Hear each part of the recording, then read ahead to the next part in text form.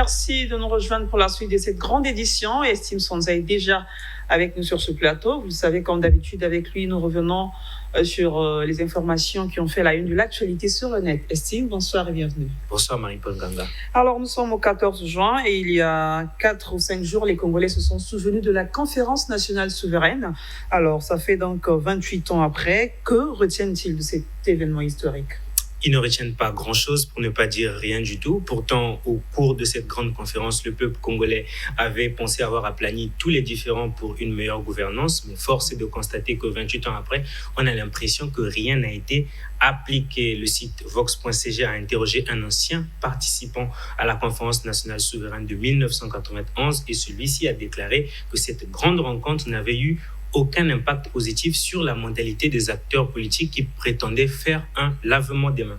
Abordant le même sujet dans un article publié le 10 juin dernier, le site portail242.info est allé jusqu'à considérer que les Congolais avaient fait semblant de laver leurs mains et que le seul mérite de cette rencontre était d'avoir donné un coup d'arrêt au régime monopartite pour laisser place à la démocratie. Ce sentiment d'échec est aussi partagé par les internautes qui, globalement, estiment qu'il n'y a pas eu de progrès depuis lors. Pour Aristote Lewis, par exemple, la responsabilité de cette involution est à imputer à toute la classe politique congolaise qu'il juge insouciante, insensible et très ingrate. À en croire cet internaute, cette classe est à l'origine de toutes les crises sociopolitiques que le pays a traversées. Il a ajouté, le Congo a tout donné à ses politiciens, mais ces derniers n'ont pas été capables, de renvoyer l'ascenseur à la nouvelle génération, ce qui est plutôt déplorable. D'après Ouattata Kanda, on pourrait bien croire que cette conférence n'avait jamais eu lieu car le pays est retombé dans les mêmes pratiques. Il a cité entre autres la corruption, le chômage, l'impunité, la précarité, le tribalisme et sa liste est non exhaustive. Roca Geller, qui a également soumis son avis sur notre page, considère que cet échec a été occasionné parce que les acteurs politiques se sont focalisés sur des hommes au lieu de traiter les problèmes de ce temps ou bien ceux du futur. Il a bouclé son propos en écrivant « Ils se sont lavé les mains, mais pas leur cœur, ni moins encore leur tête ». Alors, estime, autre titre paru sur le net, le Congo a fait le choix de relancer sa coopération économique avec un partenaire historique et cette résolution semble déplaire les Congolais. Oui, tout simplement parce que ce partenaire n'est autre que la Chine. Le ministre assistant aux affaires étrangères de cette république a effectué une visite de travail au Congo pendant laquelle il a annoncé que les échanges économiques entre les deux pays vont être relancés. Cette annonce n'a pas été très appréciée par les Congolais qui, à chaque fois que le nom de la Chine est mentionné, ne manquent pas de remettre sur la table le sujet de l'énorme dette contractée par le Congo auprès de ce pays et c'est plutôt justifié. Sur notre page Facebook, nombreux ont partagé leur avis à ce propos. Nous avons par exemple la réaction de Steph qui, réagissant à notre article, a écrit qu'il y a à peine plus de 2 ans en arrière, le Congo disait avoir suffisamment de ressources pour que le pays devienne émergent.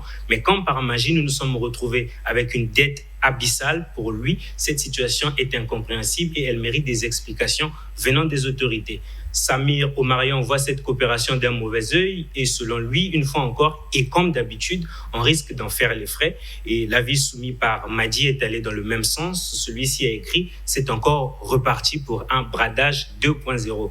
Notre article a également suscité des interrogations chez bon nombre d'internautes comme Pot Gorny qui s'est posé la question de savoir si nous sommes obligés de coopérer avec les Chinois. Ce lecteur estime qu'il serait judicieux pour le Congo de se tourner vers d'autres partenaires. Mais la réalité est que, vu la conjoncture économique, le Congo ne peut ne pas compter sur ses partenaires. Le pays a besoin d'aide maintenant plus que jamais. C'est sans doute pourquoi le Japon a annoncé qu'il accordera un financement de 1,3 milliard de francs CFA pour la mise en œuvre d'un projet d'appui à la promotion des moyens de subsistance durable dans le département du Poul. Cette info nous vient du site entrecongolais.com. On va faire un tour à Pointe-Noire-Estime. La mairie de cette ville entreprend en ce moment des travaux de voirie urbaine. Comment les populations apprécient-elles cette initiative ? C'est plutôt une action positive qui s'inscrit dans un contexte où les bonnes nouvelles se font rares. Pointe-Noire devient un gigantesque chantier où sont réalisés simultanément plusieurs travaux d'aménagement des routes. Ces travaux consistent en l'élargissement des voies, la reprise totale des couches de roulement, la construction et la réhabilitation des caniveaux. Sur les réseaux sociaux, l'initiative a été encouragée et des suggestions ont été formulées par les internautes. La majorité des internautes a souhaité que les résultats de ces travaux soient durables. Parmi eux, il y a Aizen Sosuke qui a indiqué qu'on ne veut pas des tapis vite posés et qui se décapent rapidement. Pour Henri Lévy, il était vraiment temps et comme les autres internautes, il a souhaité que les livrables puissent s'inscrire dans la durée. Plutôt sceptique, Sergio Luisa entrevoit déjà l'échec de cette opération car ces travaux sont entrepris dans une zone pluvieuse et visiblement les autorités n'ont pas pensé à l'évacuation des eaux. Cette série de commentaires se termine avec celui envoyé par Enoch qui considère que tout n'est pas perdu. Notre sérieux et notre rigueur peuvent faire toute la différence. C'est sans doute une façon pour lui d'appeler les autorités municipales à agir efficacement. On va terminer sur cet article qui nous concerne directement, Estime. Vox TV compte désormais 2 années d'existence. Joyeux anniversaire en passant. Oui. Alors, merci à vous, merci à nous. Merci à toi également. Le reportage réalisé à cette occasion a été diffusé sur le net. Quels ont été les avis recueillis? Cet anniversaire a été une heureuse occasion de recueillir les avis des internautes sur nos prestations qui semblent plaire au plus grand nombre. Et ce n'est même pas moi qui le dis, je me base sur des avis soumis sur Internet. Nous avons reçu beaucoup de commentaires encourageants venant des internautes comme Roca qui trouve que nous faisons un bon travail, mais il a prévenu que nous devons nous attendre à ce que les téléspectateurs nous en demandent plus. Vox TV est la seule chaîne locale que suit Iverson Cleverley, un internaute qui apprécie la qualité de nos reportages et émissions, et il a indiqué que Vox est une chaîne complètement différente des autres. Il n'y a pas eu que des avis positifs et c'est plutôt logique, on ne va pas les censurer. Liberté d'expression oblige. Par exemple, Joyce apprécie ce que nous faisons, toutefois il juge que nous sommes passés maîtres dans l'art de la rediffusion.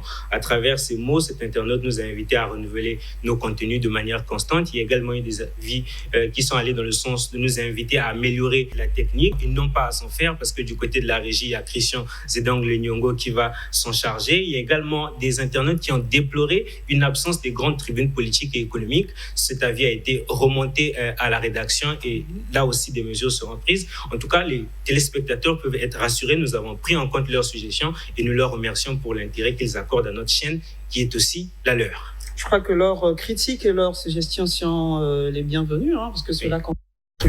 Il nous appartient alors de faire en sorte que ça devienne une réalité. Et je crois que ça ira parce que nous sommes pleins de volonté. Merci beaucoup, Estime Sanzale, d'être passé sur ce plateau. Je rappelle que vous êtes le chargé de communication digitale à Vox TV. Merci, Marie.